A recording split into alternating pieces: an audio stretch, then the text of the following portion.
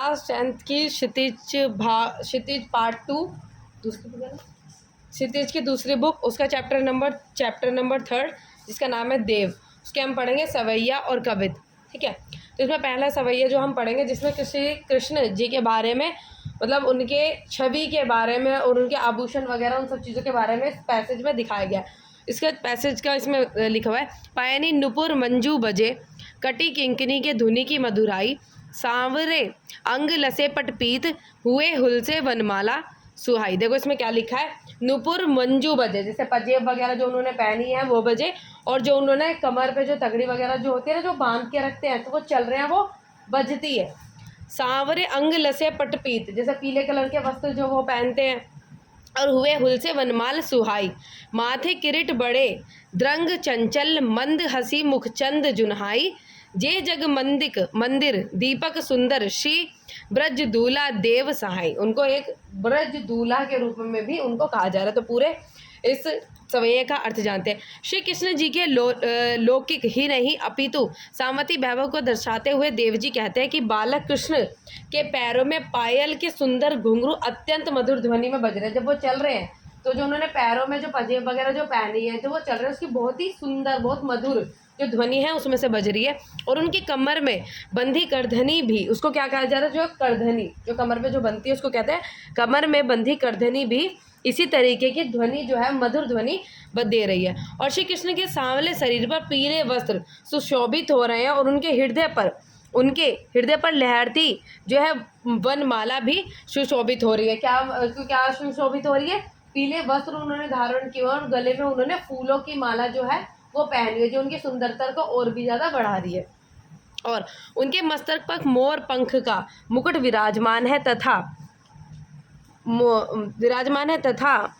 कि आंखें जो विशाल एवं चंचल है, उनके मुख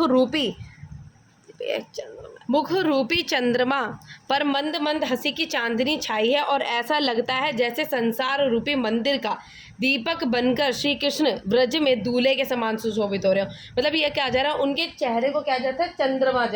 चंद्रमा जैसे मुख पर बहुत ही हंसी जो है, उनके मंद मंद हंसी जो चांदनी जो छाई हुई है, और ऐसा लगता है जैसे पूरा जो संसार है वो एक मंदिर है, पूरा संसार जैसे एक संसार रूपी मंदिर का दीपक, जैसे मंदिर कहा जा रहा है संसार को, और उसमें जो कृष्ण जी एक दीपक की तरह बनकर पूरे जग को जगमगा रहे हैं। ठीक है, और उसी तरीके से उन्हें श्री कृष्ण जी को ब्रज में दूल्हे के समान भी सुशोभित हो रहे हैं वो। तो इसका अर्थ यही है, जिसमें श्री कृष्ण जी के छवि के बारे में, उनके सुंदरता के बारे में, उनकी मधुर ध्वनि के बारे में, जो उन्होंने आभूषण पहने हुए हैं उनके बारे में बताया जा रहा है। दूसरे दो एक कवित्व जो पढ़ते हैं इसमें, डाढ़ द्रुम पलना बिछोना नव पल्लव के, सुमन झिंगुला सोहे तन छवि भारी दे, पवन झुलावे के की कीर बतरावे देव, कोकिल हलावे हुलसावे कर तारी दे, कंजकली नायिका लतान सिर झारी दे, मदन महीप जूको बालक बसंत ताही, प्रतहि जगावत गुलाब चटकारी दे। इसमें हमें किस चीज़ के बारे में बात करी है, मौसम के बारे में, पर्यावरण के बारे में, बच्चे जो खेल रहे हैं उनके बारे में जो है बात की गई है उस पूरे पैरा में। तो कवि जो है वो देव कहते हैं कि बसंत ऋतु के आते ही पेड़ों की डालियां पालना बन गई। मतलब बसंत ऋतु कितना अच्छा मौसम होता है, उसमें जो पेड़ पौधे कितने सुंदर हो जाते हैं, उस टाइम मौसम भी कितना अच्छा होता है, मतलब ऐसा लगता है मन कहीं घूमने चले जाओ, मन भी ऐसा ही खुश रहता है। और नए पत्ते एवं पल्लव कोमल बिछोना बन गए हैं, और उनके शरीर पर फूलों का सुंदर झबला अत्यंत आकर्षक लग रहा है। जो पेड़ है वो कैसे भर जाते हैं, फूलों से भर जाते हैं, पुराने पत्ते जो है उनके झड़ जाते हैं। ठीक है, कवि देव कहते हैं कि बालक बसंत के पलने को हवा झुला रही है, और मोर तोता कोयल आदि अपनी मीठी मीठी बातें करते हुए मानो तालियां बजाकर उसे खिला रही हो। कोमल की सुंदर कली रूपी नायिका सिर पर साड़ी का आंचल डालकर भरे पूरे फूलों के पराग से राई नमक मिलाकर बालक वसंत की नज़र उतारने टोटका कर रही हो। मतलब ये बताया जा रहा है, एक वसंत को किसके समान बताया जा रहा है, एक बालक के समान बताया जा रहा है कि वो नया बालक आया है, उसकी नज़र जो है वो उतारी जा रही है, फलों का टोकरा है उसमें नमक वगैरह लग, उसकी जो नज़र है वो उसे उतारी जा रही है। राजा मदन कामदेव के बालक को उषा काल में गुलाब चुटकी बजा कर जगा रही है। दूसरा कवित क्या कहता है, फटिक सिलानी सो सुधारायो, सुधा मंदिर उदती दधी को सो अधिकाई, उमगे अमंद, बाहर ते भीतर लो भीति न दिखे देव, दूध को सी फैन फैल्यो आंगन फरस बंद, तारा सी तरुणी तामे ठाड़ी झिलमिली होती, मोतिन की जाति मिलियो मल्लिका को मरकंद, आरसी से अंबर में आभा सी उजारी लगे, प्यारी राधिका को प्रतिबिंब सो लगत चांद।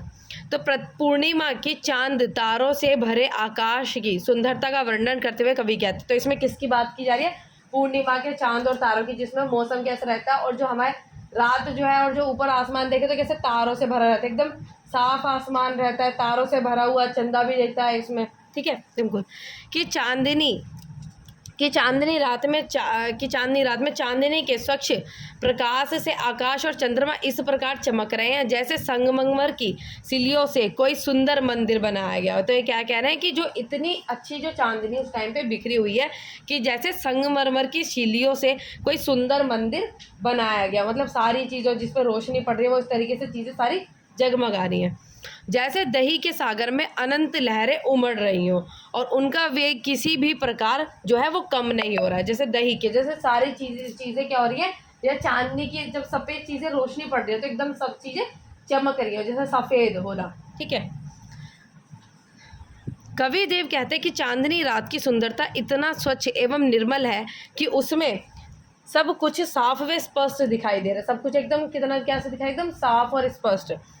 दिखाई दे रहा है, और उसके बाहर भीतर किसी प्रकार की रुकावट पैदा करने वाली कोई भी दीवार जो है वो नहीं है, और चारों तरफ चांदनी की सुंदरता इस प्रकार फैली है जिस प्रकार फर्श पर दूध की पारदर्शी झाग पर फैले हुए थे। मतलब ये बता रहे हैं कि इतनी अच्छे से रोशनी फैली हुई है जैसे कि फर्श पर दूध वगैरह जो है वो फैला हुआ होता है, ठीक है। तारों से भरी हुई रात इस प्रकार झिलमिला रही है जिस प्रकार सितारे जड़ित वस्त्र पहनी हुई तरुणियाँ जो है वो झिलमिला रही हो, मतलब उसको किस चीज़ से कंपैरिजन किया जा रहा है वो बताया जा रहा है।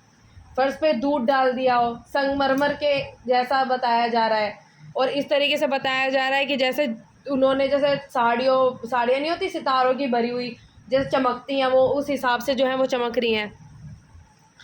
उनकी चमक में जैसे मोती की कांति के साथ मल्लिका नामक सफ़ेद फूलों का परागकण जो मिल गया, और आईना के समान स्वच्छ व निर्मल आकाश में चांदनी से सरोवर चंद्रमा अनुपम सौंदर्य से युक्त प्यारी राधिका के प्रतिरूप जैसा प्रतीत हो रहा है। तो किनके प्रतिरूप जैसा प्रतीत हो रहा है, राधिका के, प्यारी राधिका के प्रतिरूप जैसा प्रतिबिंब हो रहा है, एकदम साफ क्लियर स्वच्छ, ठीक है। तो बस यही है इसको।